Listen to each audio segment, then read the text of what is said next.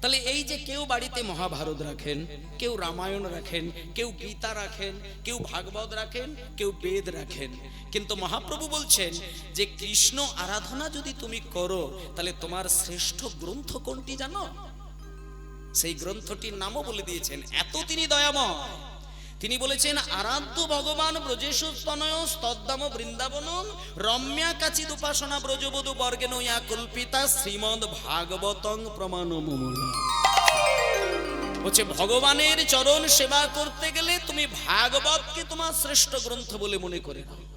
মানে ভাগবতের শিক্ষা তোমার হৃদয় বিকশিত করবে, সেই শিক্ষাকে কাজে লাগিয়ে তুমি কৃষ্ণের সেবা করবে, তবেই তোমার আসল সেবা হবে। বলে এত কষ্ট করে যে এত কিছু করব তাতে ফল কি হবে? এইবার শেষে ফলের দিকে যাচ্ছে। মানে অনেক তো মানে ভক্তি থেকে অনেক যুক্তি বেশি আছে, এমন তো অনেক লোক আছে, তারা বলবে বাবা তুমি যে পদ্ধতি বললে, এই এত পদ্ধতি করে করে যদি কৃষ্ণ সেবা করি তাতে ফল কি হবে? বলে ফল একটাই হবে, একতলা বাড়ি পাঁচতলা, বাতের ব্যথা, ছেলের একটা ভালো চাকরি, মেয়ের ভালো ঘরে বিয়ে, 10 বিঘে জমি, 1 কেজি সোনা, এগুলো হবার জন্য কৃষ্ণ সেবা নয়। কেউ যদি এইগুলো চিন্তা করে ভাবে তাহলে তার নরকে উঠাই হবে না। বলছে একমাত্র ভগবানকে এই পদ্ধতিতে তুমি সেবা করে যাও। চৈতন্যদেব বললেন তার প্রেমাপমূর্ধ মহান, তার একমাত্র গোলকের যে শ্রেষ্ঠ সম্পদ সেই যে প্রেম, সেই প্রেম সম্পদের অধিকারী হতে পারবে।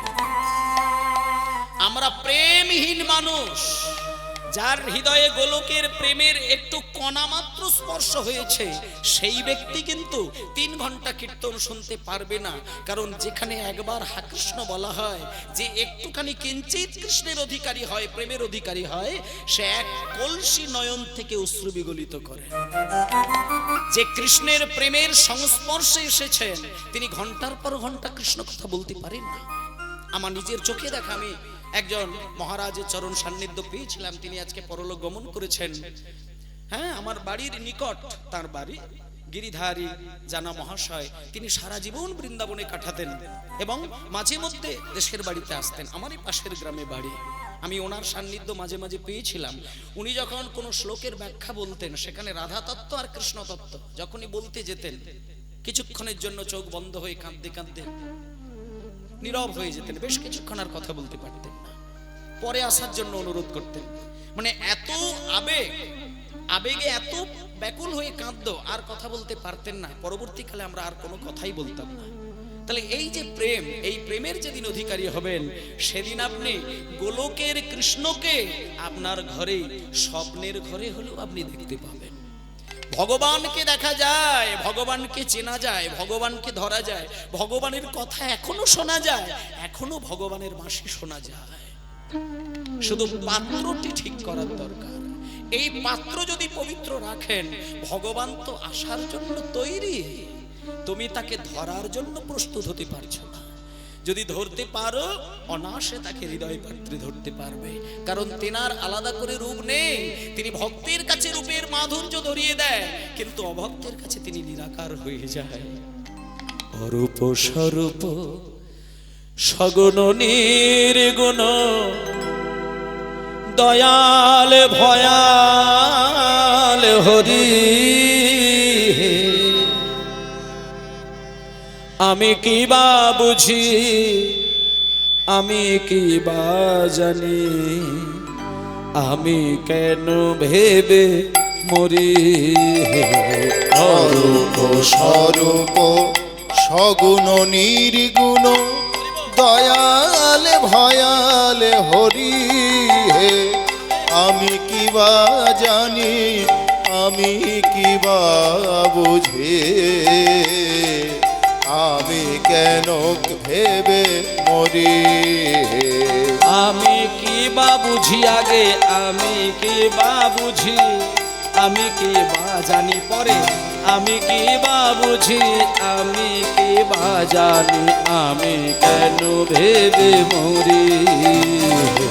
অরূপ স্বরূপ সগুণ নির্গুণ, দয়াল ভয়াল হরি, আমি কি বা বুঝি, আমি কি বা জানি, আমি কেন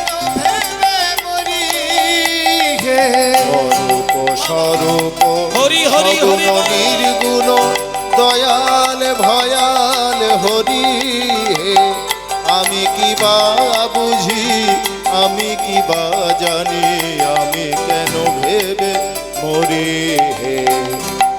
কি রূপে এসেছি কেমনে বাজাবো রাম রাম রাম রাম, কি রূপে এসেছি কেমনে বাজাবো, তা ভাবিয়ে কেন জীবন কাটাবো। কি রূপে এসেছি কেমনে বাজাবো, তা ভাবিয়ে কেন জীবন কাটাবো। তুমি আনিয়াছো তোমারে পাবো, এই শুধু মনে করি হে। অরূপ স্বরূপ সগুণ নির্গুণ দয়াল ভয়াল হরি হে। আমি কি বা বুঝি, আমি কি বা জানি, আমি কেন ভেবে মরি হে। বেশ বেশ বেশ। অরূপ স্বরূপ সগুণ নির্গুণ দয়াল বয়াল হরি হে। আসলে ভগবান হচ্ছে এইরকমই একটা রূপের ভগবান। ভগবানকেও দেখা যায়, ভগবানকেও চেনা যায়। হ্যাঁ, আমরা সাধারণ মানুষ হলেও ভগবান কিন্তু আমাদের কাছে এসে দেখা দেয়। দেখা দেয় না বললে ভুল হবে। যেমন একটা কথা বলি মায়েরা, এই যে বাতাস, বাতাসের মধ্যে জল থাকে জানেন তো, বাতাসে অসংখ্য জল মেশানো রয়েছে, কিন্তু আপনি ধরতে পারবেন না আর দেখতেও পাবেন না। বাতাসে জল আছে, প্রচুর জল মেশানো রয়েছে, ধরতেও পারি না দেখতেও পারি না, কিন্তু ধরাও যাবে দেখাও যাবে। কখন দেখা যাবে শুনে নিন। মনে করুন একটা স্টিলের গ্লাসে আপনি ফ্রিজের ঠান্ডা জল ভরে দিলেন। এবার এই বাবা, এই স্টিলের গ্লাসে ঠান্ডা জল ভরে দিলেন, কিছুক্ষণ পরে দেখবেন স্টিলের গ্লাসের বাইরে বিন্দু বিন্দু জল গড়িয়ে গড়িয়ে পড়ছে না? আচ্ছা, তাহলে এইবার যদি প্রশ্ন করি, আপনি তো জল রাখলেন স্টিলের গ্লাসের ভেতরে, বাইরে জল গড়িয়ে যাচ্ছে কেন? অনেকে এবার হয়তো বলতে পারে স্টিল চুইয়ে চুইয়ে হয়তো বাইরে চলে এলো। বলছে না, জলের এত ক্ষমতা হবে না যে একেবারে মোটা একটা স্টিলের গ্লাসকে ভেদ করে সে বাইরে আসবে। তাহলে বাইরে জল ধরা দিচ্ছে কেন? বলে শোনো, বাইরে জল ধরা দেওয়ার কারণটা এইবার বুঝে নাও। এই যে বাতাস যেটা তুমি গ্রহণ করছো, এই বাতাসে অতি অদৃশ্য সূক্ষ্ম সূক্ষ্ম জলকণা মিশে রয়েছে। সেটা খালি চোখে দেখা যায় না আর ধরাও যায় না, কিন্তু যখন ওই বাতাস স্টিলের গ্লাস সংযোগে বারবার ঘষা লাগছে, তখন বাতাসের মধ্যে অদৃশ্য জলকণাগুলি একটু একটু করে স্টিলের গ্লাসে জমতে জমতে জমতে জমতে একটা একটা করে জলবিন্দু রূপ ধারণ করলো। আর যখনই জলবিন্দু রূপ হয়ে গেল, তখনই কিন্তু এবার গ্লাস থেকে গড়িয়ে গড়িয়ে পড়লো, আর তখনই আমাদের দৃষ্টির মধ্যে ধরা দিল। তাহলে মায়েরা শুনে নেন, এতক্ষণ যে বাতাসে সূক্ষ্ম রূপে মেশানো ছিল, এটা আমাদের চোখে ধরা দেয়নি। যখন ঠান্ডা গ্লাসের গায়ে জমে গেল, তখন আমরা জলকে দেখতে পেয়ে গেলাম। তেমনি এই বিশ্ব ব্রহ্মাণ্ড তৈরি হয়েছে পাঁচটা জিনিস দিয়ে: ক্ষিতি, অব, তেজ, মরুত, বোম। আগুন, আকাশ, বাতাস, মাটি, জল। এই পাঁচটা জিনিসের বাইরে কিন্তু পৃথিবীতে কিছু নেই। খেয়াল করে দেখুন, বাতাস আছে, আকাশ আছে, আগুন আছে, সূর্যের তাপ আছে, মাটি আছে, জল আছে। এর বাইরে আপনি কি পাবেন? কিচ্ছু নেই। পৃথিবীটা তৈরি হয়েছে পাঁচটা জিনিস দিয়ে, আর মানুষের দেহটাও তৈরি হয়েছে পাঁচটা জিনিস দিয়ে। পাঁচটার একটাও বেশি নেই, কমও নেই।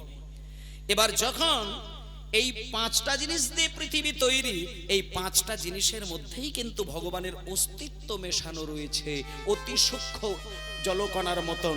তাহলে এটা ধরা যাবে কখন? যেদিন তুমি সাধনা করে করে করে করে তোমার হৃদয় পাত্রে প্রেমের অতি শীতল বাড়িটাকে সঞ্চয় করে রাখতে পারবে, অতি শীতল ভক্তিটাকে সঞ্চয় করে রাখবে তোমার হৃদয় গ্লাসে, তখন ওই হৃদয় গ্লাসেরই ভেতরে তখন এই বাতাসে মিশে থাকা ভগবানের অস্তিত্ব, তখন তুমি অনায়াসে রূপ ধরে তুমি ভগবানকে দেখতে পাবে।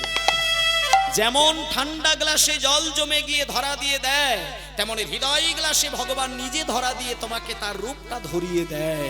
সেদিন তুমি দেখতে পাবে, কি রূপে এসেছি কেমনে বাজাবো, তা ভাবি কেন জীবন কাটাবো। কি রূপে এসেছি কেমনে বাজাবো, তা ভাবিয়ে কেন জীবন কে কাটাবো রূপে এসেছি কেমনে বাজাবো তা ভাবিয়ে কেন জীবন কাটাবো তুমি আনিয়াছো তোমারে পাবো এই শুধু মনে হরি হরি হরি হরি সগুণ নির্গুণ দয়াল ভয়াল হরি হে আমি কি বা বুঝি আমি কি বা জানি আমি কেন ভেবে মরি হে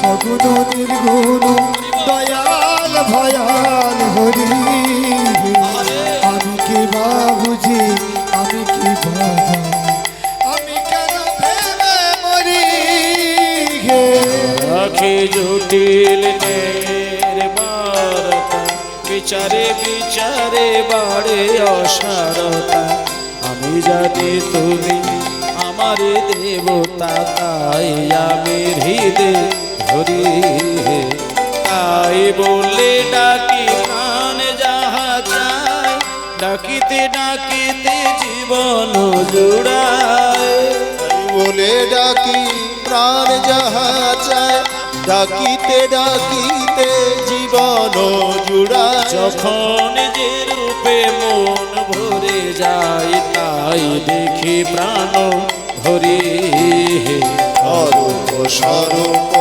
সগুণ নির্গুণ দয়াল ভয়াল হরি হে আমি কি বা বুঝি আমি কি বা জানি আমি কেন ভেবে মরি অরূপ স্বরূপ সগুণ নির্গুণ অরূপ স্বরূপ সগুণ নির্গুণ অরূপ স্বরূপ সগুণ নির্গুণ। বাহ, সবাই একটু প্রাণ ভরে বলুন নিতাই গৌর প্রেমানন্দে হরি বল। আচ্ছা বেশ, হরি বল হরি বল হরি বল হরি বল, জয় নিতাই। আমরা মোটামুটি চৈতন্যদেবের একেবারে মুখের যে উচ্চারণ করা বাণী কৃষ্ণদাস কবিরাজের কাছ থেকে আমরা নিজেরা পেয়ে গেলাম এবং সেটা সুন্দর করে ব্যাখ্যা স্বরূপ আমরা আস্বাদন করলাম। মানে আমাদেরকে বুঝতে হবে যে ঈশ্বর ছাড়া গতি নেই।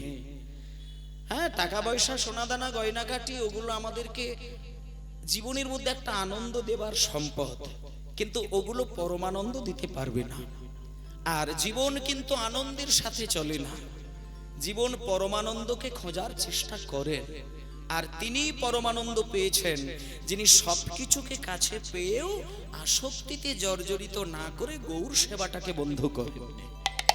অনেক মানুষ আছে 100 বিঘে জমির মালিক, কিন্তু ওসবই ধার ধারে না। এমন অনেক আছে কোটি কোটি টাকার মালিক, কিন্তু ওগুলোর সঙ্গে মন জড়িয়ে নেই। তিনি কিন্তু মনের সঙ্গে জড়িয়ে রেখেছেন গৌরাঙ্গের চরণকে। কারণ এটা মানতে হবে যে গৌর ছাড়া কলির মানুষের কাছে কোনো গতি নাই। স্বয়ং গৌর সুন্দর এসেছিলেন বলে কলির মানুষ আজকে আনন্দের সঙ্গে মাইক দিয়ে প্যান্ডেল করে অধিবাস করে কীর্তন গাইতে পারছেন। এককালে বাঙালি হরিনাম করলে জিভের গোড়া ছেদন করে দিতেন। এই বাঙালি সনাতনে মানে একবার শুধু কৃষ্ণ বলবে কাঁদবে। আর এমন কিছু পাষণ্ড মানুষ এই বাংলার মাটিতে ঘোরাফেরা করেছেন যারা সনাতন ধর্মের মানুষকে কোনোদিন শান্তি দিত না। এবং এখনো আপনারা জানেন, যারা বিদেশে বেড়াতে যান, এখানে যদি কেউ দেশ বিদেশে ঘোরেন তারা জানবেন, আপনি আমেরিকা থেকে, ইংল্যান্ড থেকে, আফ্রিকা থেকে বা যে কোনো দেশ থেকে যদি মানুষ বাংলায় আসেন, আমরা বাঙালিদের মন কেমন জানেন তো? এটা আমাদের মানে ভগবান এইভাবেই আমাদের গড়েছে। আমরা যদি জানি যে একটা বিদেশি মানুষ বাংলায় এসেছে, আমরা একবারে নিজে থেকে তার সঙ্গে কথা বলে একবারে অন্তর দিয়ে তাকে ভালোবাসা বিনিময় ঘটাই। কিন্তু আমরা যে বাঙালি দেশ বিদেশে বেড়াতে যাব, তারা যদি জানতে পারে এ বেটা বাংলা থেকে এসেছে, তারা যে কিভাবে অবহেলা হেনস্থা করেন যারা দেশ বিদেশে বাঙালি হয়ে ঘুরছেন, তারা এগুলো পরিষ্কার জানতে পারবেন। তাহলে এ হলো সেই বাংলা যে বাংলার মানুষকে পৃথিবীর কোন দেশের মানুষ সম্মান করেনি।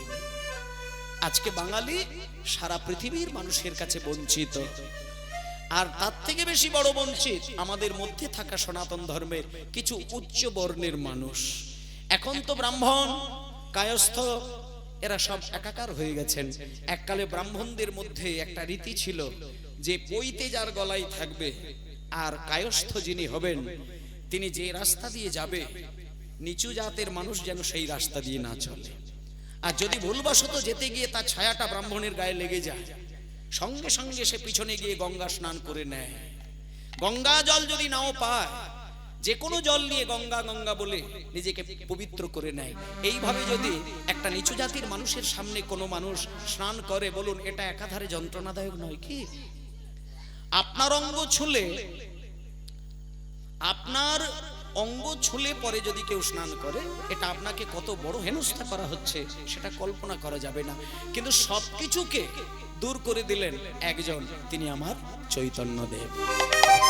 তাহলে এই যে মায়েরা নিম্ন জাতি উচ্চ জাতি, ব্রাহ্মণ কায়স্থ, চণ্ডাল মাতাল, হ্যাঁ মূর্খ পণ্ডিত, আলাদা করে বিচার থাকলো না। এটা কার ভাষায়? চৈতন্যদেবের ভাষায়। কিন্তু সবাই তো মহাপ্রভুকে মেনে নেবেন না।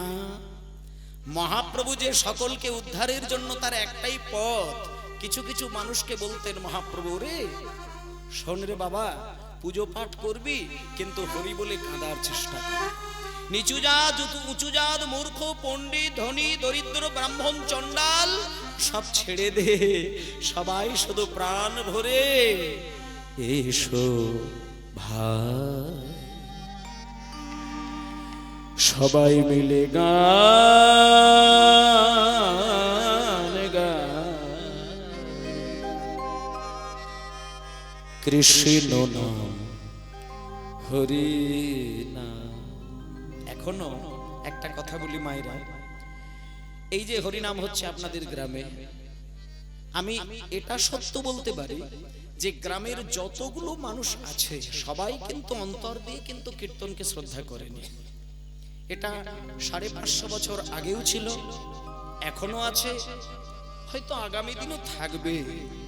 এটা সনাতন ধর্মের মধ্যেই সম্ভব, অন্য কোনো ধর্মে সম্ভব নয়। এই গ্রামে এমন অনেক মানুষ আছেন দেখবেন যারা কীর্তনকে অন্তর দিয়ে সম্মান করেননি। আর আজ থেকে 500 বছর আগে মহাপ্রভু দাঁড়ে দাঁড়িয়ে হরিনাম করেছিলেন বলে এমন কিছু পাষণ্ড মানুষ ছিল যাদের লেখাপড়া কম ছিল না, তারা বিদ্বান, তারা পণ্ডিত, তারা ব্রাহ্মণ, তারা সমাজের শিক্ষাদান করতেন। কিন্তু তারাও একদিন দলবদ্ধ হয়ে মহাপ্রভুর হরিনাম বন্ধ করবেন বলে তারা একসঙ্গে লাইন দিয়েছে মহাপ্রভুর নাম বন্ধ করবেন। এবং বন্ধ করবে তো করবে, সোজা চলে গিয়েছে একজনের কাছে। তারা তার কাছে যাবে, জমায়েত হয়েছে। কেউ কেউ বলছে, এই যে শোনো, এই যে দুদিনের ছেলে নিমাই, ও বেটা নাকি পণ্ডিত হয়েছে, হ্যাঁ এই হরিনামটা কিন্তু ওর বন্ধ করার দরকার, শিগগিরই বন্ধ করার দরকার। বলছে নাকি ব্রাহ্মণ আর চণ্ডাল নাকি সব একই, হ্যাঁ পুজো পাঠ করা যাবে না, ব্রাহ্মণ চণ্ডাল সব এক গ্লাসে জল খেতে পারবে, এক পাতে ভাত খেতে পারবে। এইভাবে যদি, এ তো মনে হচ্ছে দুদিন পরে আমাদের ধর্মটাকে রসাতলে পাঠিয়ে দেবে।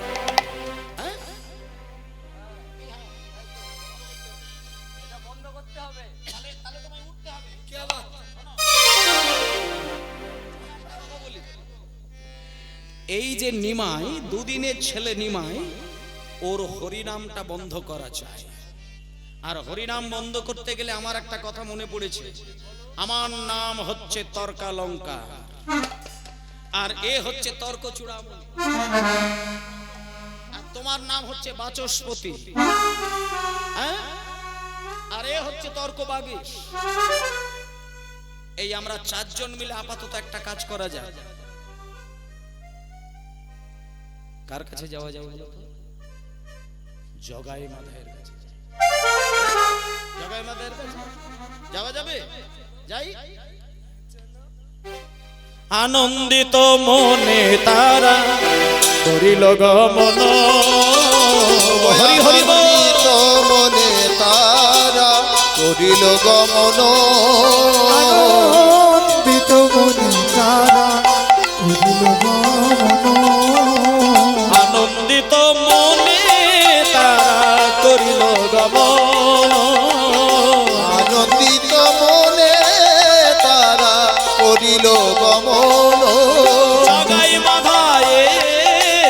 কাছে আসবে বলিল।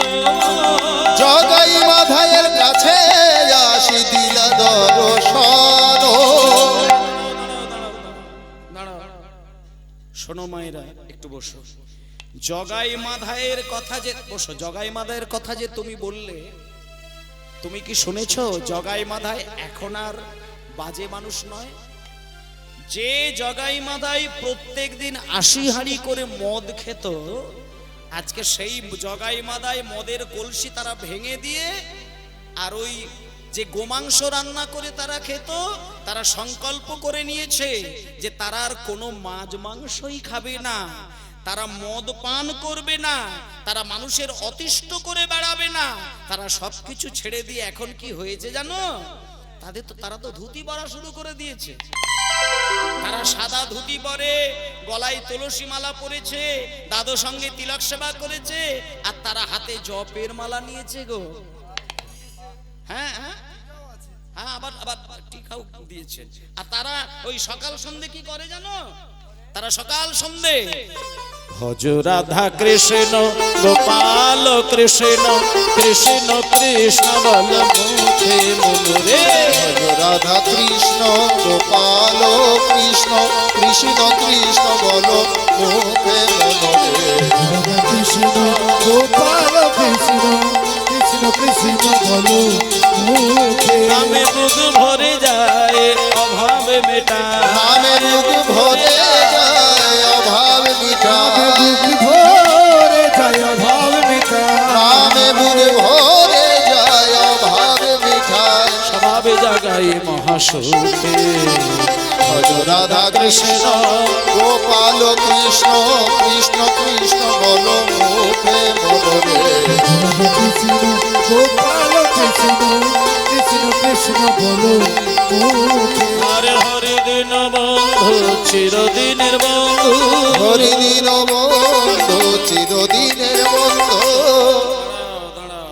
এইভাবে তারা নিত্যদিন হরিনাম করে। এখন একজন বলছেন তারা 4 পণ্ডিত এক জায়গায় হয়েছে। মাঝে মাঝে মায়েদেরকে একটা কথা বলি, মানে কখনো কখনো ধর্মের পক্ষেও কিন্তু আন্দোলন হয় অধর্মের দ্বারা। এখন সমাজে যেখানে অধর্ম দেখা যায় সেখানে ধার্মিক মানুষেরা গিয়ে আন্দোলন করে, কেন না অধর্মকে বিনাশ ঘটাতে হবে। কিন্তু মাঝে মধ্যে বাংলায় এমন কাজও হয়েছে যারা ধর্ম করেছে তাদের বিনাশ ঘটানোর জন্য অধর্মের পথে লাইন দিয়েছেন অনেক মানুষ, এবং সেটা এখনো হচ্ছে। যদিও দেখলে দেখতে পারেন সব সময় যে ধর্মের প্রতিষ্ঠা করার জন্য জ্ঞানীগুণী মানুষ পরামর্শ দিচ্ছে তা নয়, অধর্মেরও প্রতিষ্ঠার করার জন্য জ্ঞানীগুণী মানুষের ইন্ধন দেওয়া রয়েছে। অধর্মের প্রমাণ থাকবে, অধর্মকে প্রতিষ্ঠা করতে হবে, সেটা আগেও ছিল এখনো আছে, আগামী দিনও থাকতে পারে। তাহলে চৈতন্য মহাপ্রভু যে হরিনাম বিতরণ করলেন, মায়েরা বলুন এটা কি ধর্মের পথ না অধর্মের পথ? এটা তো ধর্মের পথ, কিন্তু এই ধর্মের পথকে ভেঙে নষ্ট করে দিতে হবে। এটা কার চিন্তা ভাবনা? এই সনাতন ধর্মের কিছু মানুষ। খুব ধ্যান দিয়ে কথাগুলো শুনবেন মায়েরা।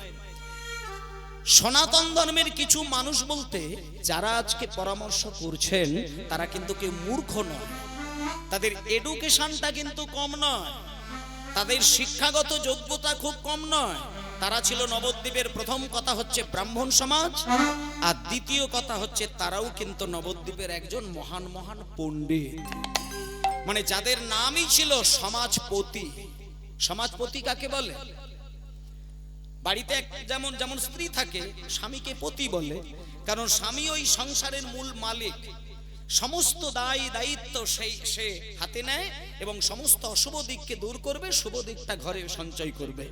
সংসারের যেমন দেবতা থাকে তার কর্তা, তেমন সমাজের একজন করে দেবতা থাকবে যিনি পতি, যাকে গুরুও বলা যেতে পারে, শিক্ষক বলা যেতে পারে, আচার্য বলা যেতে পারে। তা তখনকার দিনে যিনি সমাজপতি ছিলেন, তর্ক চূড়ামণি, তর্কালঙ্কার, বাচস্পতি, তারা সব এক জায়গায় হয়েছেন। তারা এক জায়গায় হয়েছেন, কিন্তু আলোচনাটা কি শুরু হয়েছে দেখুন। তারা ঠিক করেছেন নিমায়ের হরিনামটা বন্ধ করতে হবে। আচ্ছা, বন্ধ কেন করবে তার একটা কারণ আছে, লজিক আছে, শুনে নিন। প্রথম কথা, তাদের হিংসাটা হচ্ছে এই জায়গায় যে হরিনাম করবে করুক, কিন্তু ব্রাহ্মণ আর চণ্ডাল এক জায়গায় করে দেওয়া এটা তো ঠিক নয়। হ্যাঁ, এক গ্লাসে ব্রাহ্মণের ছেলে জল খাবে আর নিচু জাতির ছেলে জল খাবে, এটা তো ঠিক নয়। আর একটা কথা হচ্ছে কি, পুজো পাঠ করা যাবে না, হরি বললেই নাকি উদ্ধার। তা ব্রাহ্মণ যারা, মায়ের একটা কথা বললি, 12 মাসে 13টা পার্বণ যদি বন্ধ হয়ে যায়, ব্রাহ্মণ যারা পুজো করে সংসার চলে তাদের পেট চলবে তো? দুর্গা পুজো করলে মোটামুটি যাই হোক তো একটা টাকা রোজগার হবে, তারপর কালী পুজো আছে, জগদ্ধাত্রী পুজো আছে, সরস্বতী পুজো আছে, বিশ্বকর্মা পুজো আছে, গণেশ পুজো আছে, লক্ষ্মী পুজো আছে, কত দেবতার পুজো আছে। তাহলে সমস্ত পুজো যদি নিমাই বন্ধ করে দেয় তাহলে ব্রাহ্মণদের পেট চলবে? এবার ব্রাহ্মণরা এক জায়গায় হয়েছে, তারা ঠিক করেছে নিমাই বেটার হরিনাম বন্ধ করতে হবে। তা যখনই বলেছে জগাই মাদায়ের কাছে যাব, তখন বলছে হ্যাঁ গো, জগাই মাদায়ের কাছে যাবে কি গো? জগাই মাদাই তখন বাজে লোক ছিল, এখন তারা ভক্ত হয়ে গেছে। ও তার মানে জগাই মাদাই কেউ ওই নিমাই বেটা মালিশ করেছে, তাই তো? হ্যাঁ, তাহলে নিমাই বেটার ক্ষমতা আছে। হ্যাঁ? তাহলে জগাই মাদাই ছেড়ে দাও, চাঁদ গাজীর কাছে যাব। বলে চাঁদ গাজী তো আগে হরিনামের বিরুদ্ধে কথা বলতো, এখন চাঁদ গাজীও হরিভক্ত হয়ে গেছে। তিনি বলে দিয়েছে যে আমাদের বংশে যতদিন নিমাই থাকবে, যতদিন বৈষ্ণব জগৎ থাকবে, হরিনাম বন্ধ হবে না। তখন ওদের মধ্যে আরেকজন ছিল, তিনি বললেন দাঁড়াও দাঁড়াও দাঁড়াও, এই আমার একজনের নাম মনে পড়ে গেছে। হ্যাঁ, একজনের নাম মনে পড়ে গেছে, বলবো? শুনে না, বলি তিনি কিন্তু মহাজ্ঞানী, মহাতান্ত্রিক, মহাযোগী, মহাজ্ঞানী, মহাপণ্ডিত।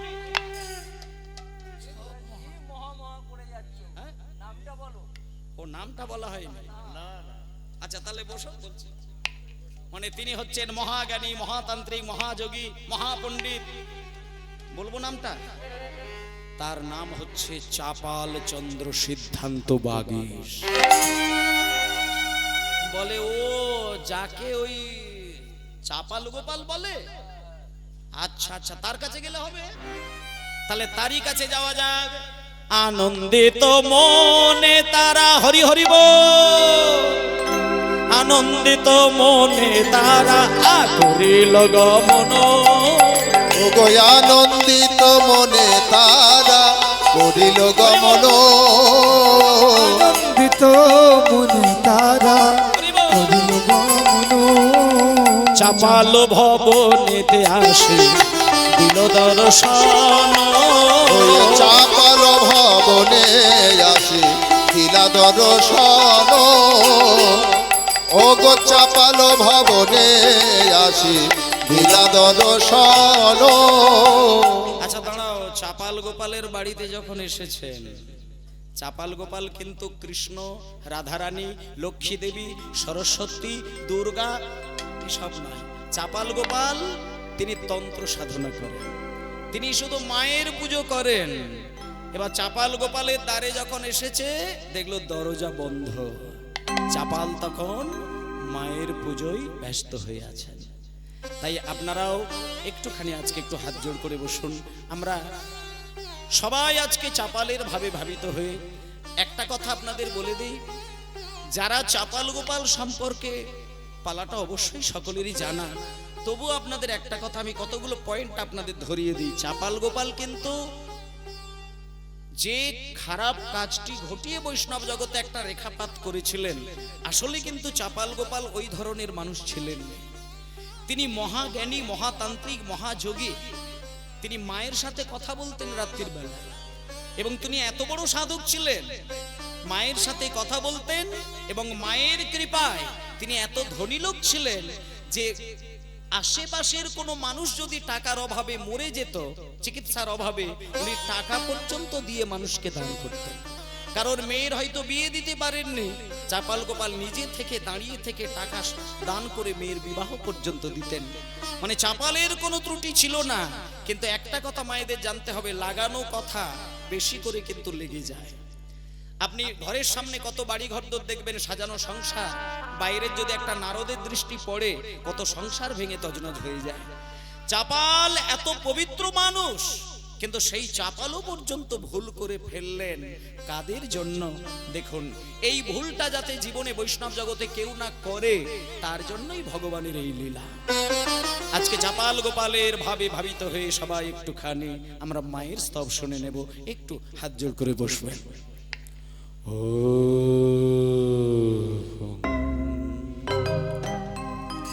ত্বাং স্বাহা ত্বাং স্বাধা ত্বাং হি বষটকারে শরাত্মিকা সুধাত্মক্ষরে নিত্য ত্রিধা মাত্রাত্মিকা স্থিতা अर्धमात्रा स्थिता नित्य ज्ञानचर्या विशेषतः तमेव शातं सावित्री तं देवी जननी परा तयैव धर्याते सर्वं तयैतस्सिज्यते जगत् तयैतत्पन्नाथ देवी तमादिशंसित सर्वदा विसृष्टो सृष्टिरूपात स्थितिरूपातवालने तथा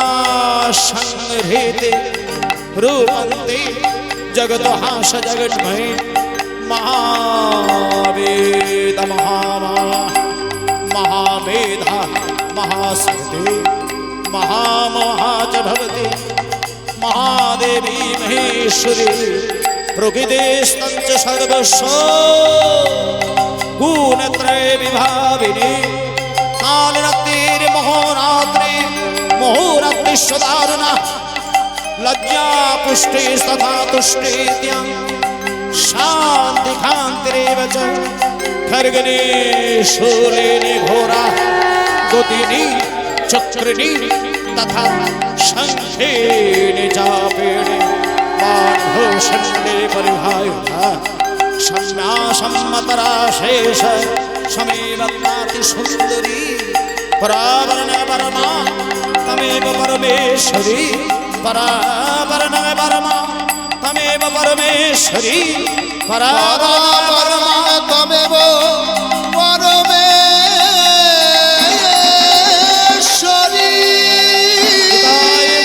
हरि हरि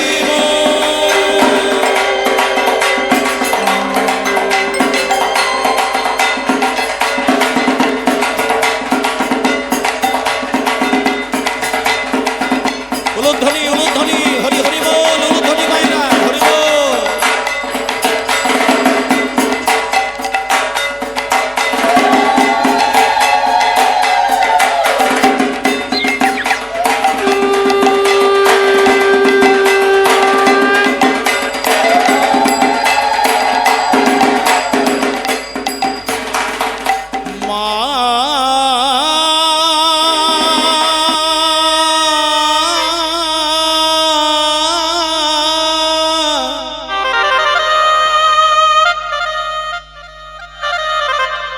মোনামা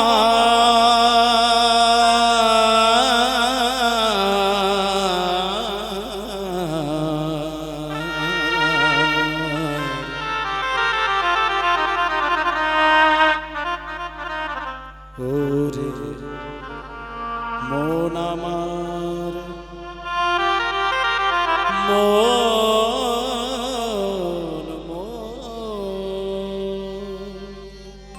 আচ্ছা মায়েরা, মায়ের স্তব তো আমরা শুনলাম। এখানে আমার অনেক মায়েরা রয়েছেন, বাবারা রয়েছেন, যদি অনুমতি দেন একটা মায়ের গান গাইতে পারি। মা কালীর গান খুব বিখ্যাত গান। মানে অনেকে ভাবে যে মা কালী আর কৃষ্ণ তো দুটো আলাদা পর্যায়ের সেবা। যে মন্দিরে মা কালী থাকে সে মন্দিরে তো কৃষ্ণ সেবা হয় না। যে বাড়িতে মা কালীর পুজো হয় সেই বাড়িতে রাধা গোবিন্দের পুজো হয় না। কিন্তু না, শোনো, তুমি যে মাকে তন্ত্র সাধনায় তামসিক সেবায় খুশি করো, মদ্য মাংস মৎস্য মুদ্রা মৈথ, যারা পঞ্চ মকার দিয়ে মায়ের চরণ সেবা করেন, তারা কি জানেন না যে মা কিন্তু তামসিক পুজো গ্রহণ করেননি? কারণ যে মাকে তুমি মদ্য মাংস দিয়ে পুজো দেবার কথা ভাবলে, তুমি ভেবে দেখো সেই মা যার বক্ষ মাঝে চরণটি রেখে দিয়েছেন তিনি কিন্তু পরম বৈষ্ণব। ভোলানাথ হচ্ছে পরম বৈষ্ণব।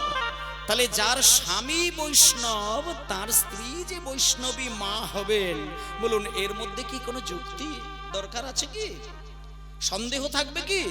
মানে শিব যেহেতু বৈষ্ণব তার স্ত্রী তো বৈষ্ণবী মা হবে। তাহলে যিনি বৈষ্ণবী তাকে মদ্য মাংস দিয়ে তুমি সেবা দিচ্ছ কেন? আজকালকার দিনে সনাতন ধর্মের এত কিছু অসভ্য দিক রয়েছে যেগুলো ভাবলেও কিন্তু নিজেদেরকে যন্ত্রণা বোধ হয়। মা কালীর পুজো হলে মদ মাংস ছাড়া পুজো হয় না। বিভিন্ন জায়গায় ছেলেরা মা কালীর পুজো করে, শ্মশানেও হতে পারে, বাড়িতেও হতে পারে, মন্দিরেও হতে পারে, কিন্তু মা কালীকে পুজো করতে গেলে তোমাকে ভাবতে হবে মা কালীর সাথে রয়েছে পরম বৈষ্ণব, সেখানে মদ মাংসের কোনো চিহ্নই থাকবে না। কিন্তু সনাতন ধর্মের মানুষ কালী পুজো করতে বসলে, দুর্গা পুজো করতে বসলে মদের টেস্ট, মদের নেশা এটা যদি না করেন তারা নাকি মা কালী পুজো করে নাকি আনন্দ বোধ করেন। কিন্তু আপনি দেখতে পাবেন কি এই সনাতন ধর্ম ছাড়া এই পৃথিবীতে আরো যে কটি ধর্ম আছে, কোন ধর্মের কোন অনুষ্ঠানে আপনি কোনোদিন কি চোখ বুলিয়ে দেখতে পারবেন যে তাদের ধর্মীয় অনুষ্ঠানের মানুষেরা মদ খেয়ে নিজেদেরকে আনন্দ করে ধর্ম সেবা করে? আপনি কোন ধর্মে দেখতে পাবেন না। ইসলাম ধর্মে তো দেখতেই পাবেন না, খ্রিস্টান ধর্মেও পাবেন না, বৌদ্ধ ধর্মেও পাবেন না, জৈন ধর্মেও পাবেন না। চোখের সামনে ইসলাম ধর্মের তখন ধর্মসভা হবে, দেখবেন কোনো মানুষকে নেশাগ্রস্ত অবস্থা আপনি দেখতে পাবেন না। কিন্তু সনাতন ধর্মের মানুষ এমনকি কালী পুজো তো ছেড়ে দিলাম, কীর্তন অনুষ্ঠানেও আমি দেখেছি অনেক কমিটিকে দেখেছি। অনেক আমরা বিভিন্ন জায়গায় কমিটি দেখতে যাই, তো মানে এদিকে কীর্তন মহাযজ্ঞ করেছেন, যোগমায়া দেবীকে সামনে রেখেছেন, নিতাই গৌরকে সামনে রেখেছেন, অথচ কমিটির যতগুলো ভাই দাদা আছেন প্রত্যেকেই মদ খেয়ে হই হই করছেন। তাহলে একাধারে বলা যায় ধর্মের জায়গায় অধর্মের প্রতিষ্ঠান হচ্ছে। যে পুজোর ক্ষেত্রে মদটাকে আনন্দের একটা সম্পদ বলে মনে করে, বলা যেতে পারে অধর্মের প্রতিষ্ঠান, এখানে ধর্মের কোনো চিহ্নই থাকে না। তাই জন্য আমি এই প্রসঙ্গে একটা কথা বলে দিই, মায়েরা যদি মনে হয় আনন্দ করার থাকবে, সেটা আনন্দের জন্য একটা অনুষ্ঠান করার দরকার। সেখানে কোনো দেব দেবতা, কোনো ভগবান, কোনো জপ সাধনা মন্ত্র এগুলোকে আনার দরকারই নেই। কিন্তু সনাতন ধর্মের মানুষ কিন্তু এগুলো করেন। এমনকি দাহ করতে গেলে পর্যন্ত, যেখানে একটা মানুষ স্বর্গসুখ পাবার জন্য স্বর্গে আরোহণ করেছেন, সেইখানে দাহ করতে গেলে সেখানে যারা দাহ কর্মী থাকেন তাদেরকে মদ না দিলে তারা দাহ কাজে নিজেদেরকে যুক্ত করতে পারেন না। তাহলে কোথায় আপনি যাবেন? এই হাজার দিকের কালি ঘোচানোর জন্য আমার নিমা এসেছিলেন, কিন্তু সবকিছুটা তিনি ঘুচিয়ে যেতে পারেননি। এখন অনেক নোংরা আমাদের এই সনাতন ধর্মে রয়ে গিয়েছে, ওগুলো ছিটে ছিটে বের করতে হবে, দূর করতে হবে আমরা নিজ দায়িত্বে। এখন প্রায় বাড়িতে শিক্ষিত ছেলে মেয়ে তৈরি হয়েছে, তাই প্রতিটি শিক্ষিত ছেলে মেয়েদের এই যুব সমাজকে আমি বলতে চাই, জাগরণ যদি না হতে পারো এখন, আগামী দিন হরি কথা বলতে গেলেই গদ্দান কাটতে পারে, এটা ভেবে থাকবেন। আজকে হরি বলছেন, একদিন দেখবেন হরি বলতে গেলে আপনার প্রাণটাই চলে যেতে পারে। আজকে হরি হরি বলে অনুষ্ঠান করছেন, একদিন দেখা যাবে যতগুলো হরিবাসরে মানুষ দাঁড়িয়ে আছে প্রতিটি হরিবাসরের হয়তো জীব কেটে দেবে। যেটা অতীতে ঘটেছিল ভবিষ্যতে সেটা হতে পারে, যদি এখন থেকে আমরা প্রত্যেকেই অতি সচেতন হতে না পারি। এই সচেতনতাটা সবাই মিলে থাকবেন। আজকে ইউটিউব আছে, আমি ক্যামেরাতেই বলছি, কারণ সনাতন ধর্মের মানুষ প্রত্যেকে যদি নিজ দায়িত্বে সচেতন না হতে পারে, একটা দিন আসবে আমি অহংকার করে গর্ব করে বলতে পারবোই না যে আমি সনাতনী, এটা বলতে পারবো না। যাতে করে বলতে পারি তার জন্য কিছু জ্ঞান, কিছু আচরণ, কিছু নিয়ম এগুলোকে মানতেই হবে, সেখানে আনন্দ থাকুক বা না থাকুক। আনন্দের জন্য কিছু নয়, পরমানন্দের সুখের জন্য এত ত্যাগ স্বীকার করা। তাই চলুন একটু মায়ের গান গাই। ভুলো না দক্ষিণা কালী বদ্ধ হয়ে মায়া জালে, ভেবে দেখ মন কেউ কারো মিছে ভ্রম ভূমণ্ডলে।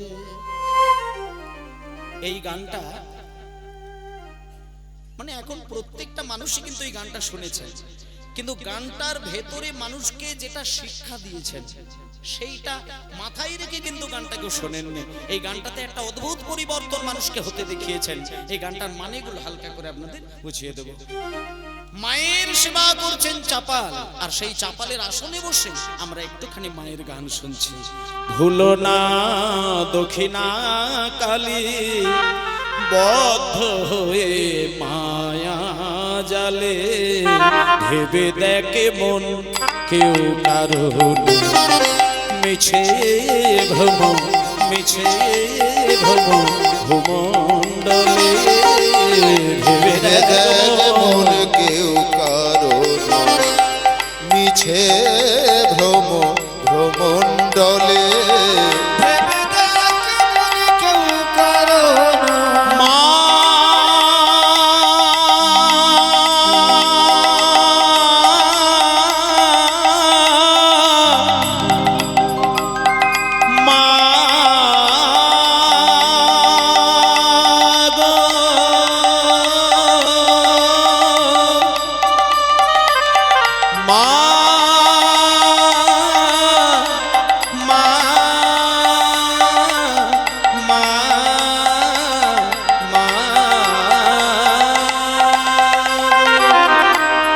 যার জন্য মর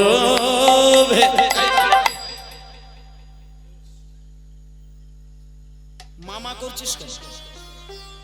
আরে মামা করছিস কেন? সারা জীবন শুধু মা, সকালে মা, দুপুরে মা, বিকেলে মা, সন্ধ্যায় মা, রাত্রির বেলায় মা, অত মামা করে ডাকার কি আছে?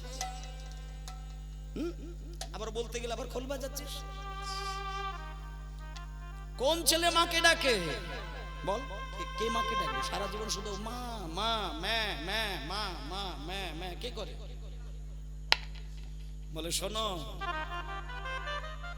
সারা জীবন ধরে সেই ছেলেটাই মামা করে ডাকে যে ছেলেটার বাড়িতে ভালো গিন্নি জোটেনি।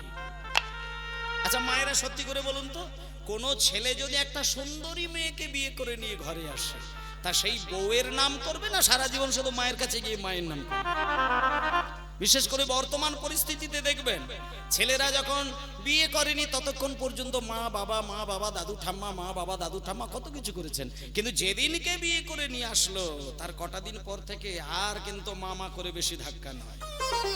তাহলে এই ক্ষেত্রে বলছে, বলে যে ছেলে বউকে দেখে মা বলাটা ভুলে গেল, যে ছেলে বউকে দেখে মায়ের ডাক দিতেই ভুলে গেল, যে ছেলে বউকে দেখে মাকে সেবা দিতে ভুলে গেল, সেই ছেলেদের জন্য এই গানটা রচনা করেছেন।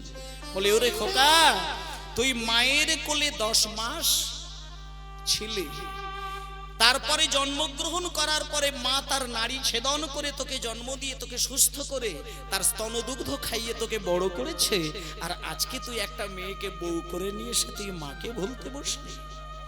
যে বউকে দেখে তুই আজকে মাকে ভুলতে বসেছিস, একদিনকে সেই বউ তোর কি করবে তুই জানিস? জানিস না? শুনে না, গানের মধ্যে শোন। যার জন্য মরলি ভেবে সে কি তোমার সঙ্গে যাবে? তাই গৌর হরিবল। মরিস ভেবে সে কি তোমার সঙ্গে যাবে? ভেবে সে কি তোমার সঙ্গে যাবে? বলে যার জন্যে মর ভেবে বলি সে কি তোমার সঙ্গে যাবে? যার জন্য মরিস ভেবে সে কি তোমার সঙ্গে যাবে? সে প্রেয়সী দেবে কথাগুলো বোঝারও দরকার আছে মা। বলছে যার জন্য মরো ভেবে সে কি তোমার সাথে যাবে? সেই প্রেয়সী দেবে ছড়া। কেন? যাতে সংসারে অমঙ্গলটা না হতে পারে।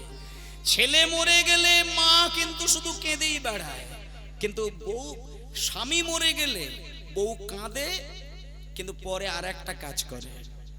বিশেষ করে সনাতন ধর্মে সেটা হয়। বউ স্বামী মরেছে মানে স্ত্রী তার মাথার সামনে পায়ের সামনে কান্নাকাটি করবে, কিন্তু কান্নাকাটির পর্ব চলতে চলতেও বউয়ের হাতে কিন্তু একটা মাটির মালসা দেবে, তাতে জল দেবে, এই এতটার মতো একটু গোবর দেবে, সুন্দর করে গুলবে, তারপরে একটা ওই খড়ের টুকরো দেবে, নুটি যেটা বলে, খড়ের নুটি দেবে, দিয়ে বলবে ও বৌমা তুমি একটু বাস্তুর চারিদিকটা ছিটিয়ে দাও, কারণ তোমার স্বামী তো এতদিন, স্বামী তো তোমার মুখ ছেই তো দিন কাটালো। যেদিন বিয়ে করে স্বামী বউয়ের ঘরে এসেছিল, বউ স্বামীর ঘরে এসেছিল, শুনবেন বউ কেন গোবরের জল ছিটে দেয়? বউয়ের অবচেতন মনটা তো জানে যে যেদিনকে স্বামী আমাকে বউ করে ঘরে নিয়ে এসেছিল তার এক সপ্তাহ পরে আমি স্বামীর দুটো কানে এমন মন্ত্র দিয়েছিলাম, পরের দিনেই আমার স্বামী বাজারে গিয়ে আলাদা করে কড়া, খুন্তি, হাতা, বেড়ি আর কিছু থালা নিয়ে চলে এসেছিল। তাহলে যে স্বামী আমার কথা শুনে এতদিন চলেছে, উঠেছে, বসেছে, আজকে মনে করুন সেই স্বামী যদি মরে যায় তাহলে তো নিশ্চয়ই আমার ভালোবাসার টানেও আসতে পারে। এটা ভেবে মায়েরা কিছু মনে করবেন না। সব ছেলে নয়, যে ছেলে বউকে দেখে মাকে ভুলে, তাদের ক্ষেত্রে এই গানটা রচনা করেছেন। বলেছে যারা বউ ছাড়া মাকে চেনেন না তাদের ক্ষেত্রে সাবধান। তুমি মরে গেলে তুমি ওপর থেকে দেখতে পাবে তোমার বউ মরার কয়েক ঘন্টা পরে হাতে মালসাই করে গোবরের জল ছিটে দেবে আর বলবে যে এতদিন তুমি ভালোবেসে আমার কাছে ছিলে, আজকে মরে গেছো যখন তুমি দূর হয়ে যাও, আমার কাছে আসার চেষ্টা করবে না। তাই জন্য গানের মধ্যে বলল সেই প্রেয়সী দেবে ছড়া। এই যে প্রেয়সী, প্রেয়সী মানে স্ত্রী, দেবে ছড়া কেন? অমঙ্গল হবে বলে। ভেবে দেখ মন কেউ কারো নয়, মিছে ভ্রম ভ্রমণ্ডলে। ভেবে দেখ মনে কেউ কারো নয়, মিথ্যাই ভ্রম ভূমণ্ডলে।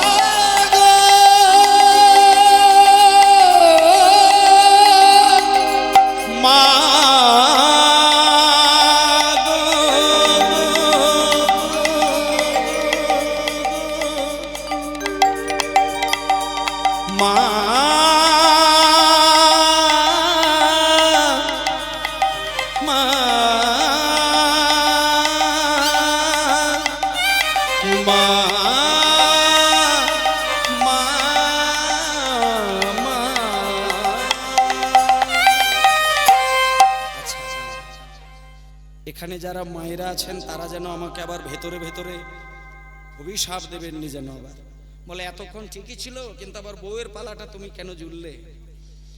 কারণ এমনিকেই স্বামীকে কতদিন ধরে বলছে একটা নাক কড়াই এনে দিতে, আজকে 7 বছর হয়ে গেল একটা নাক কড়াই দেয়নি, আর তুমি আজকে যে পালাটা জুড়লে বাবা, এ তো নতুন করে নাক কড়াই দেওয়া তো দূরের কথা, যা আছে সেগুলোও না উচ্ছন্নে চলে যায়।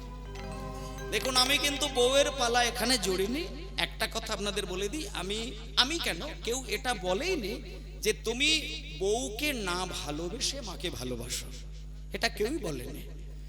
বউকে তুমি ভালোবাসবে যাকে অগ্নি সাক্ষী করে বউ করলে, যাকে 7 পাকে বেষ্টন করে স্ত্রী রূপে মর্যাদা দেবে বলে তুমি তাকে বিবাহ করলে। কোনো শাস্ত্র নয়, কোনো দর্শন নয়, কেউ তোমাকে বাধা দিতে পারে না, কারণ এটা তোমার অধিকার বউকে ভালোবাসার। কিন্তু একটা কথাই সবাইকে বলে যে বউকে তুমি ভালোবাসো, কিন্তু এটাও তুমি দায়িত্বের মধ্যে রেখো যে বউকে ভালোবাসতে গিয়ে মা বাবার ভালোবাসাটা যেন বলি না হয়ে যায়।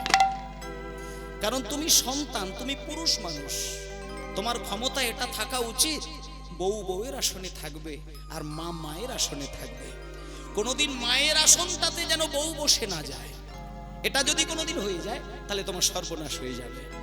এবার অনেকে বলতে পারে যে আমার বউয়েরও দরকার নেই, মায়েরও দরকার নেই, আমি বিয়ে থাও করবো না, মা বাবাকেও খাওয়াবো না, আমি কোটি কোটি টাকার মালিক, লোকে আমাকে দাদা বলে, লোকে আমাকে নেতা বলে, সারা দুনিয়ার লোকে আমাকে সম্মান দেয়, আমি একটা তুড়ি মেরে দিলে আমার 1000 লোক পিছনে ছুটে আসে, আমি ধ্বংস করে দিতে বললে গ্রাম ধ্বংস করে দেবে।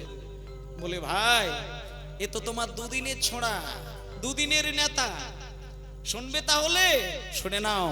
দিন 2-3 জন্যে ভবে করে তা বলে তোমায় সবাই মানে। দিন 2-3 জন্যে ভবে কর্তা বলে সবাই মানে। সেই কর্তারে দেবে ফেলে, সেই কর্তারে দেবে ফেলে, কালা কালে কর্তা এলে, সেই কর্তারে দেবে ফেলে, কালা কালের কর্তা এলে। দেখ মন কেউ কারো মিছে ভ্রমণ্ডলে, মনে কেউ কারো নয়, মিছে ভ্রমণ্ডলে। কেমন কেউ কারো নয়, মিছে ভ্রমণ্ডলে। মন কেউ কারো না। সবাই বলুন চাপাল গোপাল কি জয়, চাপাল গোপাল কি জয়, চাপাল গোপাল কি জয়।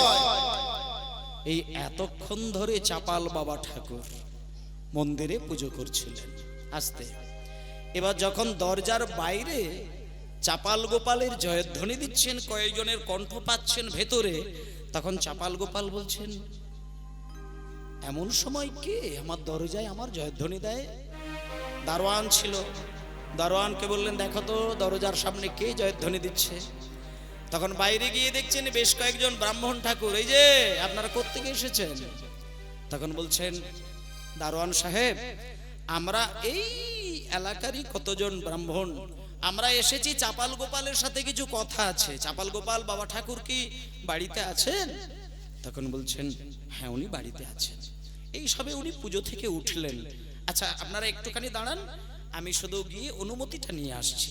এই বলে চাপাল বাবা ঠাকুরের কাছ থেকে অনুমতি নিয়ে আসার পরে যথারীতি তারা ভেতরে গেলেন, গিয়ে বললেন, চাপাল বাবা ঠাকুর কে?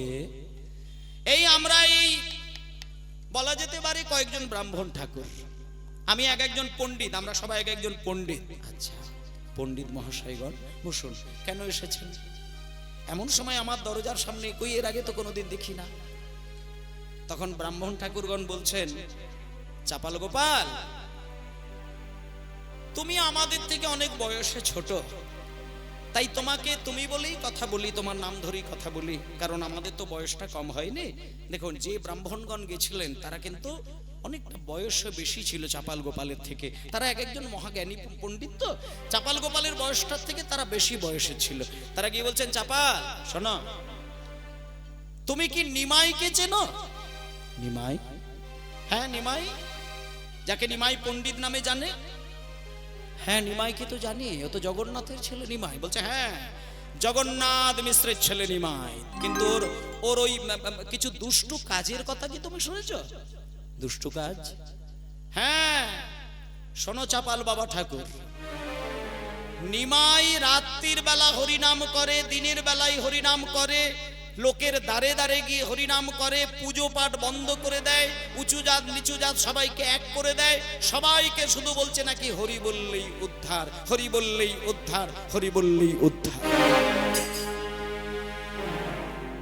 চাপাল গোপাল বলছেন, ব্রাহ্মণগণ, আমরা তো সারা জীবন একভাবে মাকে ডেকে কান্নাকাটি করি, আর ওরা যদি হরি মানে নিমাই যদি হরি বলে সুখ পায়, কৃষ্ণ বলে সুখ পায়, পাক না। আরে বাবা, আমরাও তো মাকে ডাকি ভগবানকে পাওয়ার জন্য, আর ও যদি ভগবানেরই নাম করে তো করুক না। জগতের কল্যাণের জন্য যদি কেউ ভগবানের নাম করে তাতে তো কিছু এসে যায় না। তখন পণ্ডিতগণ একটু কথাটা ঘুরিয়ে দিলেন। পণ্ডিতগণ বললেন, না না চাপাল গোপাল, জগতের কল্যাণের জন্য হরিনাম করুক, তাতে তো অসুবিধে নেই, কিন্তু অসুবিধাটা তো অন্য জায়গায়। বলছি কি, বলে হরিনামই যদি করবে, ধর্মের আলোচনাই যদি করবে, শাস্ত্র আলোচনাই যদি করবে, তাহলে রাত্রির 12টার পরে দরজা বন্ধ করে দিয়ে ফিসফিস করে কি করে? তখন চাপাল গোপালের মাথায় ঠেকল। চাপাল গোপাল তখন বলছে, দাঁড়াও দাঁড়াও দাঁড়াও, রাত 12টার পরে দরজা বন্ধ করে দিয়ে হরিনাম? না, এটা তো ঠিক নাই। তোমরা সত্যি দেখেছো? বলে হ্যাঁ দেখেছি বই কি।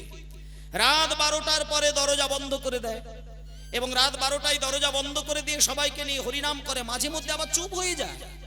দরজা বন্ধ থাকে কিন্তু ভেতর থেকে কোনো শব্দ পাওয়া যায় না। তাহলে কেউ যদি জগতের কল্যাণের জন্য হরি বলবে, তারা তো দরজা বন্ধ করে দিয়ে করবে না। এইবার চাপাল গোপালের মাথাটা একটু ঘুরে গেল। দেখুন, মানুষের মাথা খাওয়ার জন্য বেশি সময় লাগেনি, আর মানুষ এইরকমই পারে। মানুষ পাখির খাদ্য খায়, মানুষ পশুর খাদ্য খায়, আর মানুষ মানুষেরও খাবার খায়। আবার পারলে পরে মানুষ মাঝে মধ্যে মানুষের মাথাও চিবিয়ে খায়। এটা হচ্ছে মানুষের ধর্ম, কিন্তু পশু পাখির ধর্ম নয়। ওই জন্য মানুষকে মুনি ঋষিগণ বলেছেন যে এ জগতে যত প্রাণী আছে প্রত্যেকেই জন্ম নেয়, মৃত্যুবরণ করে। তাদের জন্য পাঠশালায় যেতে হয় না, ধর্ম আলোচনা করতে হয় না, তাদেরকে মা বাবার কোলে বসে শিক্ষা নিতে হয় না, এবং গুরুকুলে গিয়ে মন্ত্র নিতে হয় না। কিন্তু একমাত্র মানুষকে এত কিছু করতে হয়। বলে কেন করতে হয়? তার কারণটি হচ্ছে মানুষ হচ্ছে মনোমুখী, মানুষ ধর্মমুখী নয়। আর বাকি সমস্ত প্রাণী তারা ধর্মমুখী, তারা মনোমুখী নয়। তাহলে ধর্মমুখীর সঙ্গে মনোমুখীর পার্থক্য কোথায় মায়েরা? শুনে নিন। মনোমুখী অর্থে এটাই, মন যেটা চেয়ে বসে মানুষ সেটা প্রতিফলিত করে। আর পশু পাখিদের ধর্মপথে চলে, তারা মনের মর্যাদা দেয় না। যেমন তার ছোট্ট প্রমাণ, যাদের বাড়িতে গরু আছে, যাদের বাড়িতে ছাগল আছে, আপনি যদি গরুকে 1 মাসও না খেতে দিয়ে গোয়ালে বেঁধে রাখেন, আপনি যদি সিংহের খাবারটা নিয়ে 1 মাস পরে গরুকে ধরান, গরু না খেয়ে খেয়ে চিৎকার করে মরে গেলেও সিংহের খাবার কিন্তু গরু খাবে না। একটা পাখি সে তার খাবার খাবে, কিন্তু অন্য খাবার খিদের জ্বালায় মরলেও সে খাবে না। সিংহ সে হিংস্র হতে পারে, কিন্তু সে নিজের খাবারই খেতে চায়। সে যদি না খেতে পেয়ে মরেও যায়, কিন্তু সে অন্যের খাবার টেনে খায় না।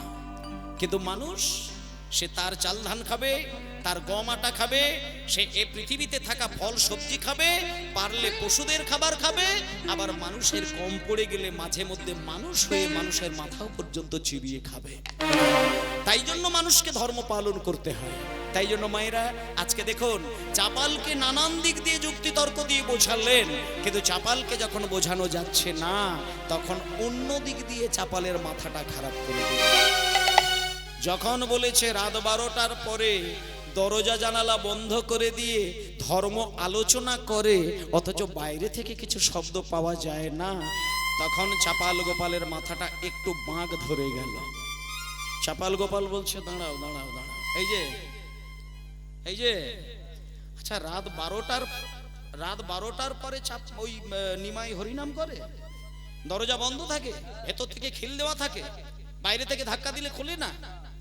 তাহলে এক কাজ করো, তোমরা বাড়ি যাও, তোমরা যে যার বাড়ি যাও, আমি দেখবো রাত 12টার পরে ওর ঘরে গিয়ে কিভাবে তারা হরিনাম করে। এই বলে মায়েরা যেদিনকে ব্রাহ্মণগণ চাপালের মাথাটাকে সুন্দর করে বুঝিয়ে দিয়ে বেরিয়ে এলো, ঠিক তার পরের দিনে ঘোর রজনীতে চলিল চাপা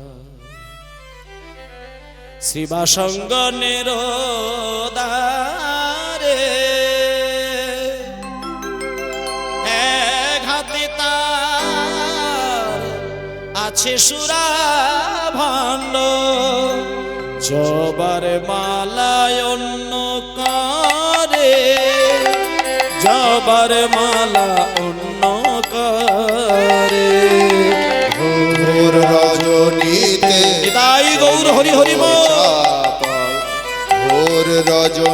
নিতে চলিল চাপাল জবার মালায় অন্য তারে ঘোর রজনীতে চলিল চাপ ঘোর রজনীতে চলিল চাপাল ঘোর রজনীতে চলিল চাপাল শ্রীবাসঙ্গনের দ্বারে এক হাতে তার আছে সুরা ভাণ্ড জবার মালা অন্য করে চাপাল চলে ঘোর অন্ধকারে চাপাল চলে ঘোর অন্ধকারে চাপাল চলে ঘোর অন্ধকারে চাপাল চলে ঘোর অন্ধকারে চাপাল চলে ঘোর অন্ধকারে জবার মালা একটু ছোট্ট করে বাজা জবার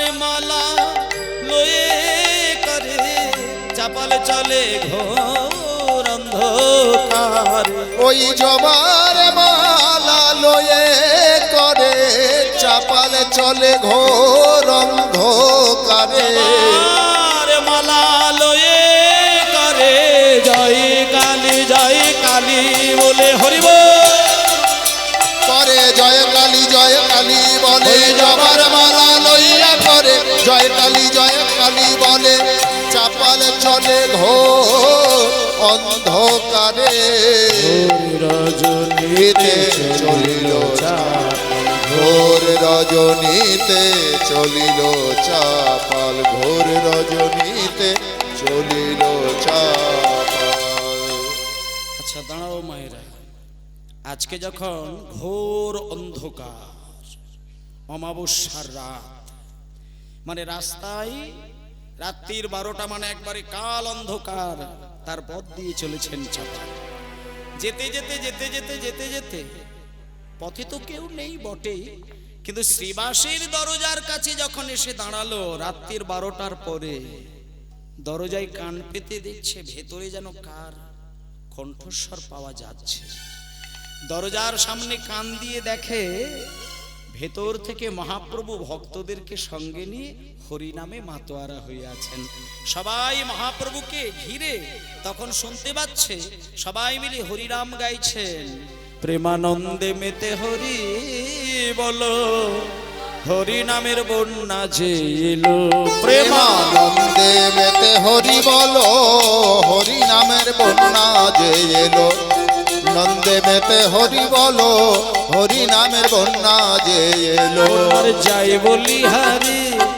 তরঙ্গ ভারী বন্যার যাই বলি হারি তার তরঙ্গ ভারী বন্যার যায় বলি হারি ও তার তরঙ্গ ভারী যাই বলি হারি তরঙ্গ বন্যার ভারী যাই বলি হারি তার তরঙ্গ ভারী যায় বলি হারি ও তার তরঙ্গ ভারী প্রেম তরঙ্গে খেলছেন সাঁতর গোলক বিহারী যাই বলি হারি তার তরঙ্গ ভারী যায় বলি হারি ও তার তরঙ্গ ভারী প্রেম তরঙ্গে খেলছেন সাঁতর গোলক বিহারী আর সঙ্গে প্রভু ও তার সঙ্গে প্রভু নিত্যানন্দ পাতারে সাঁতার দিল ও তার সঙ্গে প্রভু নিত্যানন্দ পাথারে সাঁতর দিল তার সঙ্গে প্রভু নিত্যানন্দ পাতার সাঁতার দিল হরি বল বলে রে সঙ্গে প্রভু হরি হরি হরি হরি হরি রে সঙ্গে প্রভু হরি বল বলে রে সঙ্গে প্রভু হরি বল বলে রে সঙ্গে প্রভু ও তার সঙ্গে প্রভু নিত্যানন্দ পাথারে সাঁতর দিল সঙ্গে প্রভু নিত্যানন্দ পাতার সাঁতার দিল হরি নামের বন্যা যে এলো প্রেমানন্দে মেতে হরি বলো হরি নামের বন্যা যে এলো প্রেমানন্দে হরি বলো হরি নামে একবার হরি বল বলে হরি তোমরা হরি নাম সেই জলে হরি বল বলে তোমরা নাম সেই জলে একবার হরি বলে বলে তোমরা নাম সেই জলে হরি বল বলে তোমরা নাম সেই জলে ডুবলো যেজন পাবে রতন সন্তোষ তাই বলে। হরি বলে বলে তোমরা নামো সেই জলে, ডুবলে যেজন পাবে রতন সন্তোষ তাই বলে। ডোবার মতন আবার ডোবার মতন, ডোবার মতন, ডোবার মতন আবার ডোবার মতন, যে ডুবেছে সেই ডুবে রতন পেল। ডোবার মতো যে ডুবেছে সেই বুঝি রতন পেল। ডোবার মতো, ওই ডোবার মতো যেই ডুবেছে সেই ডুবে রতন পেল। হরি বল বলে রে ডোবার মতন, বলে রে ডোবার মতো, হরি বল বলে রে ডোবার মতো, ওই ডোবার মতো যে ডুবেছে সেই বুঝি রতন পেল। আর ডোবার মতো যে ডুবেছে সেই ডুবে রতন পেল। ডোবার মতো যেই ডুবেছে সেই ডুবে রতন পেল। হরি নামের বন্যা যে এলো, প্রেমানন্দে মেতে হরি বলো, হরি নামের বন্যা যে এলো। প্রেমানন্দে হরি বলো, হরি নামের বন্যা লো। লীলাময় হরি হরি এসেছে নদিয়া পুরী, নদিয়া পুরী, রাধার প্রীতি লয়ে বুকে, রাধার প্রীতি লয়ে বুকে। তাই গৌর প্রমানন্দে হরি বল হরি বল হরি বল। মায়েরা, লীলাময় হরি এসেছে নদিয়া পুরী, রাধার প্রীতি লয়ে বুকে। কথাটার মানে হচ্ছে এটাই, ভক্তবৃন্দ মহাপ্রভুকে, মায়েরা, চৈতন্য দেবকে কিন্তু সাধারণ মানুষ মনে করেননি। আর একটা কথা বলে দিই মা, এই যে রাত 12টার পরে চাপাল কিন্তু হরিনাম করে দরজা বন্ধ করে দিয়ে, তার কারণটা কি জানেন? শুনে নেন।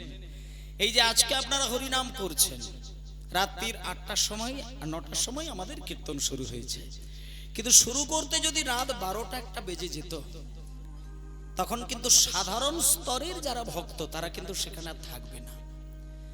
আবার ভোর 2-3টের সময়, 3টে যখন বাজবে, তখন যদি কোথাও নিঃশব্দে নীরবে ধর্ম আলোচনার মধ্যে থাকবে আর ব্যাপকভাবে শুধু আবেগ ছড়াবে, সেখানে কিন্তু আর সাধারণ মানুষ যাবে না। এই যে এখানে কীর্তন হচ্ছে, আমি গান গাইছি, কিন্তু যদি আমি গান না করে এখানে শুধু পাঠক এসে শুধু পাঠ করতো, ভাগবত পাঠ যেটা বলে, সেটা যদি হতো, তাহলে সংখ্যায় কিন্তু অনেক ভক্তের কম হতো। কেন না? সাধারণ মানুষ সাধারণভাবে ভগবানের সেবার কথাগুলো শুনতে পারে, কিন্তু যারা একেবারে গভীরের শ্রোতা, তারা কিন্তু রাত্রিটাকে তারা শ্রেষ্ঠ সময় বলে মনে করেন। জানি সা সর্বভূতানাং তস্যাং জাগর্তি সংযমী, মানে সাধারণ মানুষের কাছে যেটা রাত্রির, মনে রাখবেন একটা কথা, এই যে সাধারণ, আমরা অতি সাধারণ মানুষ, আমাদের কাছে যেটা রাত্রির, সাধকের কাছে কিন্তু ওটাই দিন। কারণ সাধক যখন সাধনা করে, তারা দিনটাকে সাধনার সর্বোচ্চ সময় বলে মনে করে না, তারা রাত্রিটাকে তাদের শ্রেষ্ঠ সময় বলে মনে করেন। কারণ আপনি যদি সংসারী মানুষ, সাধক মানে আপনাকে সন্ন্যাসী হতে হবে এমন কথা নেই। আপনার 10টা ছেলে থাকতে পারে, নাতি নাতনি থাকতে পারে, স্ত্রী থাকতে পারে, কিন্তু সাধনার গভীরে যদি আপনি পৌঁছে যান, তাহলে আপনি কিন্তু সাধক হয়ে গেলেন। আর যখন আপনি সাধক হয়ে গেলেন, সবাই যখন রাত 12টা-1টার সময় ঘুমায়, আপনার ওই টাইমটা কিন্তু আর ঘুম ধরবে না। কেমন? এই দেখুন, ভোগী, যোগী আর রোগী, এই 3 ধরনের ব্যক্তি রাত্রিতে জেগে থাকে। বাকি সমস্ত মানুষ রাত্রিটা আরাম করে ঘুমায়, নিঃশব্দে ঘুমায়। 3টে মানুষ রাত্রিতে ঘুমায় না।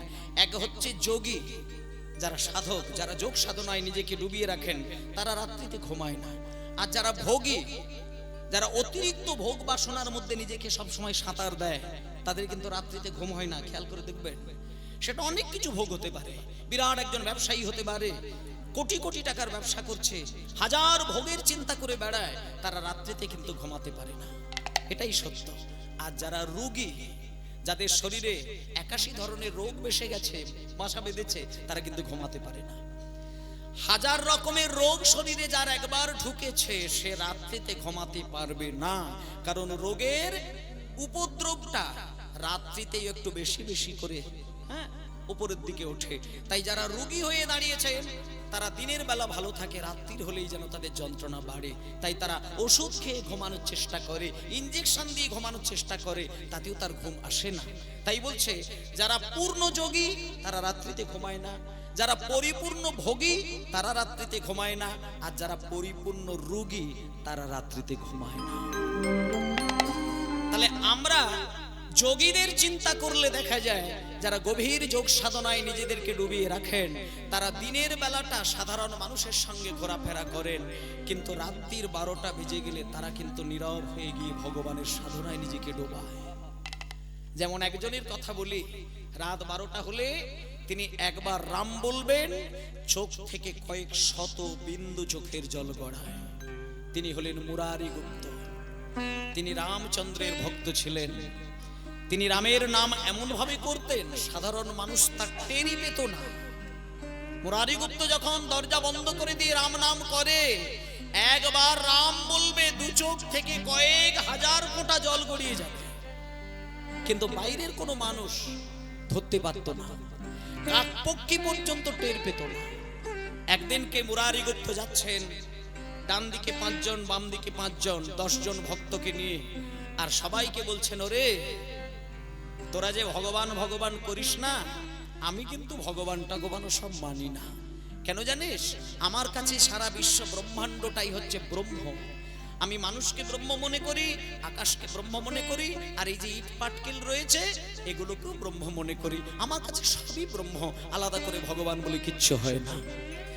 কিন্তু এই ঘটনাগুলো কিন্তু মায়েরা মিথ্যে কথা নয়। তখন এই কথাগুলো যে সময় মুরারি গুপ্ত নদিয়ার পথে বলেছিলেন, তখন নিমায়ের বয়স 6.5 বছর। ঘটনাটা শুনে যায়। 6.5 বছরের ছেলে নিমায়। মুরারি গুপ্ত এইরকম কয়েকজন ভক্তকে দাঁড় করিয়ে রাস্তা দিয়ে যেতে যেতে কথা বলছিলেন। তখন 6.5 বছরের ছেলে নিমায় পিছন দিক দিয়ে গিয়ে মুরারি গুপ্তের কাছাটা টেনে খুলে দিয়েছে। এগুলো রসিকতার ছলে হলেও এর মধ্যে গভীর শিক্ষার বিষয় আছে, শুনে নিন। যখন বাবার বয়সী একজন মানুষের কাছা খুলে দিল নিমাই, তখন মুরারি গুপ্ত পিছন ঘুরে নিমাইকে ধমক দিয়ে বলছে, নিমাই তোর মান সম্মান বোধ জ্ঞান তোর এখনো তৈরি হলো না। তখন নিমাই বলেছিল, মুরারি আপনার মান সম্মান বোধ আছে মানে? তোর কাছ থেকে সম্মান বোধ শিখতে হবে।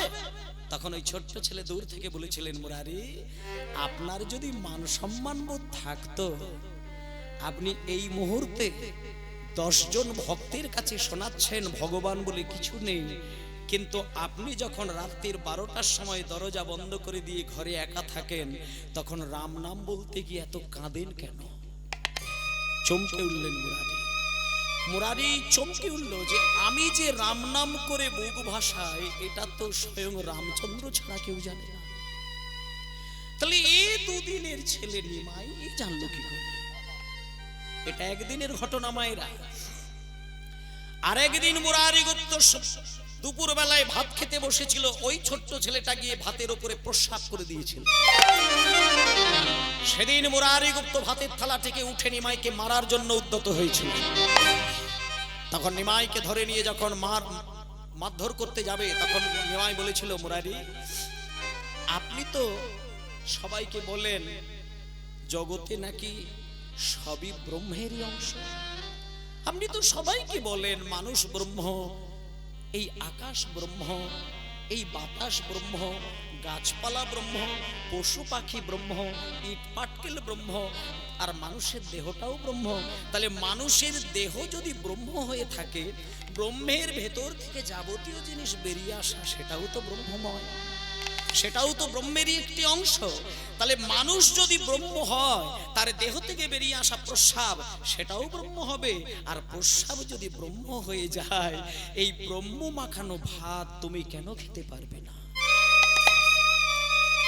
সেই দিন মুরারি গুপ্ত নিমাইকে বুকে জড়িয়ে ধরে ক্রন্দন করেছিলেন, আর বলেছিলেন নিমাই, আমার যেটা মনে হয় তুই কোনো সাধারণ কোনো মানুষ না,